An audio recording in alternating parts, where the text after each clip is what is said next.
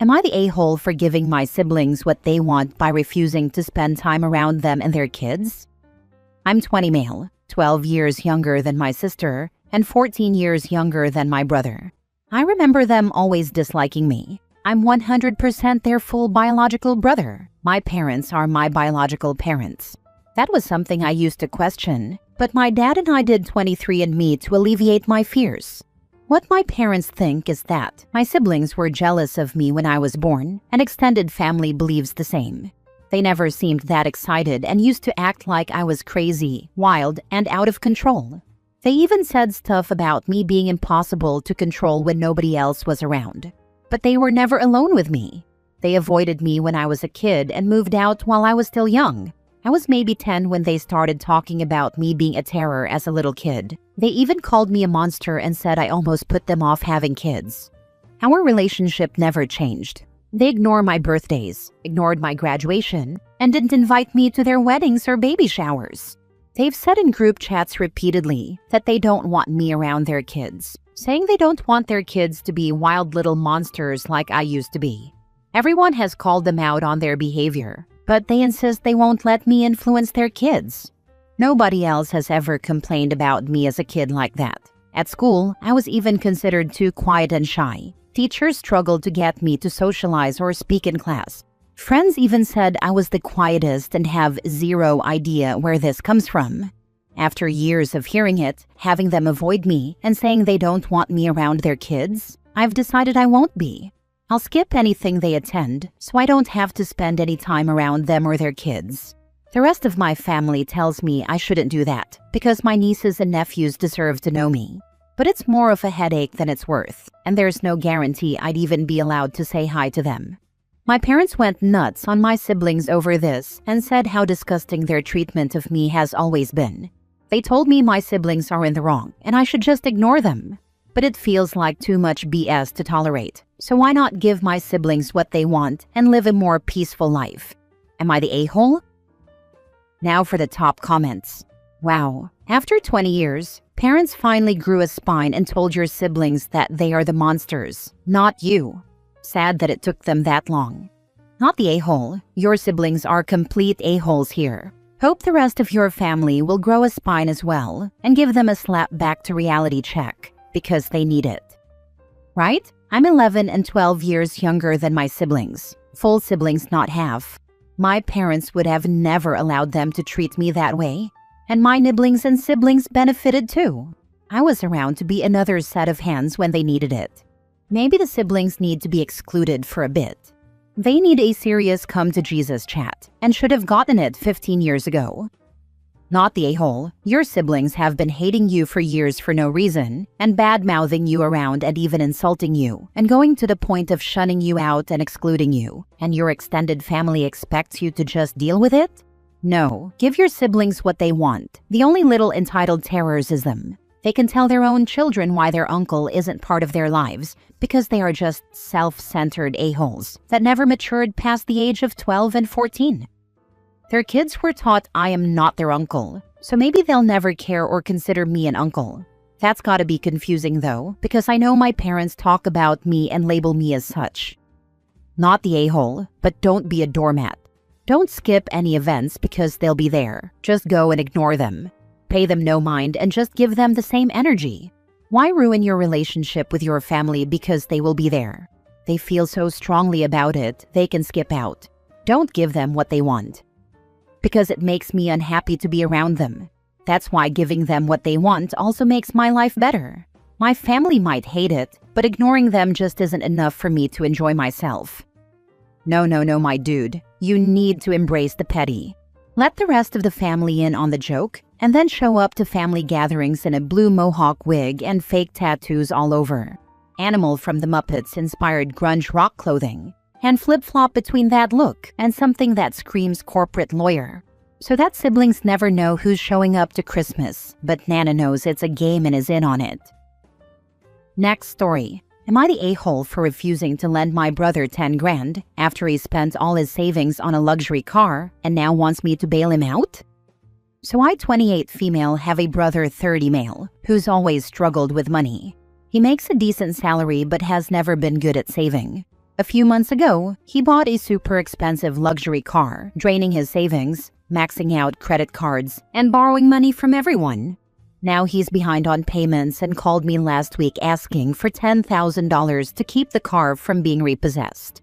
I told him no. I've worked hard for my money, and I can't justify giving him that much when he's been irresponsible with his finances. He got mad, saying I'm being selfish and that I should help because we're family. He even said that if the roles were reversed, he'd help me out. I told him I don't trust him with money after everything that's happened, and I'm not going to keep bailing him out. Now he's telling our parents I'm being unreasonable, and they're pressuring me to help. He has taken it further and is threatening to take my dog, since it was a present he got me for my birthday. Am I the a-hole for refusing to lend my brother $10,000 after he spent all his savings on a luxury car and now wants me to bail him out? Let your parents bail his butt out. Siblings are not entitled to each other's assets. He can't afford car is not life-threatening emergency. I get similar calls from my siblings because I made smarter choices in life. Maybe no one should bail him out? A 30-year-old is old enough to live with the consequences of their very bad decision to buy a car they couldn't afford. Not the a-hole. He can sell the car and get something cheaper. This could be a good lesson for him if no one bails him out. He'd never help you if you ended up in this situation, as he wouldn't have the money either. If your parents feel so strongly about it, they can lend it themselves. I agree. Sometimes the best help is letting someone face the consequences and learn from it. If he steals your dog, file charges. I am hoping you have vet records. I suggested OP getting the dog chipped to avoid this. Next story. Am I the a-hole for refusing to go no contact with my aunt and uncle and telling mom I'd rather go no contact with her and her family? My dad died when I, 21 male, was 5. My mom didn't like my dad's siblings, so she stopped me from seeing them for over a year, and they had to go to court and fight for the right to see me through what's considered grandparent visitation, but can be applied to other biological relatives who had a significant role in your life prior to the death of your parent. It was shown to be in my best interest to maintain the relationship with my aunt and uncle, so they won and got to see me twice a month. My mom ended up remarrying, and her husband's finances were a mess when they met. He also had, I think, 3 kids he was supposed to pay for and didn't, but also didn't see. Then he and my mom had kids together. My aunt and uncle knew about the financial issues, so they would buy school supplies for me, put money into my school lunch account, or give me the money to do it if there was any issue with them doing it directly. They also bought me essentials when I was with them. My mom told them they couldn't see me anymore if they didn't buy for the other kids, but my aunt and uncle brought up the visitation order. My mom tried to remove their visitation and even used the fact that both were now married, and I now had an extra aunt and uncle, but mom said they were strangers who shouldn't be around me. My uncle argued that mom's husband was a stranger who shouldn't have been brought into my life. She said getting another dad is different from an aunt or uncle's spouse. I told mom I didn't have another dad. She blamed my disrespect on my aunt and uncle. Finances at mom's house kept getting worse, and because of my aunt and uncle, I never suffered as badly. Mom was mad because she wasn't allowed to keep me away from them legally and couldn't afford to move to get me away from them. There were times all the food at mom's house was from a food bank or soup kitchen. Clothes and other stuff were provided by charities. I never had to struggle as much. My mom made a point of telling me my aunt and uncle were disgusting people for letting my half-siblings do without.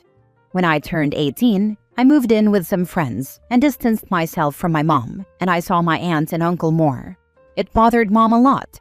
She told me she didn't understand me having a relationship with them when they would let my half-siblings starve. I told her they had no obligation to kids not related to them. After a couple of years of this and me ignoring mom 99% of the time, she's demanding I go no contact with my aunt and uncle so I can be her son and her kid's brother. She said I should be disgusted that they wouldn't take care of my family and the siblings I love. I told her I would never go no contact with my aunt and uncle, and I'd rather go no contact with her and her family, and that I was shocked she didn't pick up on that since I haven't seen her kids in more than 2 years and hardly ever respond to her texts or DMs. Mom said my half-siblings don't deserve this, and that she certainly doesn't. I told her she wrecked our stability by marrying her a-hole of a husband, and after that, she had no right to expect me to show that kind of loyalty. She started going off in my DMs, so I muted her, and now I'm just considering my options. Am I the a-hole? Now for the comments. As an adult, you can choose your family. You can also decide to cut some members out. Go no contact with your bio mom and let her fester in the mess she created. Go live your best life with those who truly care about you and your well-being. Not the a-hole. That's something I really enjoy doing already. My friends who I live with are family to me and me to them. We all come from less than perfect homes. My aunts and uncles have also become their honorary aunts and uncles. There's a good reason why your aunt and uncle have been given that honor by your housemates.